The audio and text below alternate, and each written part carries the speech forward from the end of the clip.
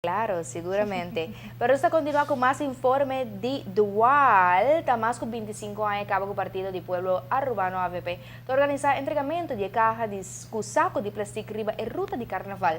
Tu recebe de un esfuerzo para tener en ruta limpia después de parada na de carnaval grande de San Nicolás y también de playa. Durante el día ng aquí voluntario na de partido político grande na Aruba, está preparando a caja ng llenando ng saco de plástico y preparando na de container para parte riba e ruta e fin de semana aqui.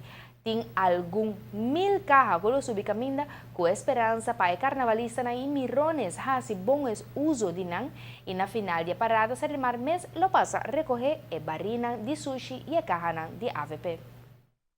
Não está chegando a meta que eigenlijk nós quer para chegar qual tá para final de tour parada o que carro não aqui e na mais rápido que possível para ser nossa que ela hasi o qual nós está quer para hasi ela tem sua função e ela ajuda para sobra nós está reparar que não somente DOA antes tem roupa trabalho na final de parada para nós reparar que agora aqui a combinação de carro de sushi junto com a barrinha de DOA sem dúvida é saco de plástico junto com o voluntário não parlamentário não time ministro não também nós repartir na começo de parada não te ajuda.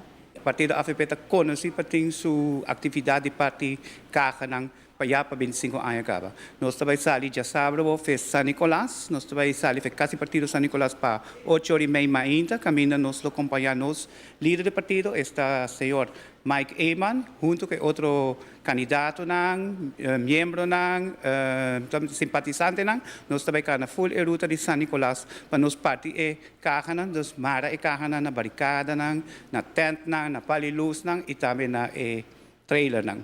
E já sábado à noite, para 8h30, nós também topamos na casa partido, para nós sair fede cada partido com música de Nuts Beats, para bancana e ruta full de carnaval, ponendo caja na barricada, na tent, na parlo de luz, e também na trailer.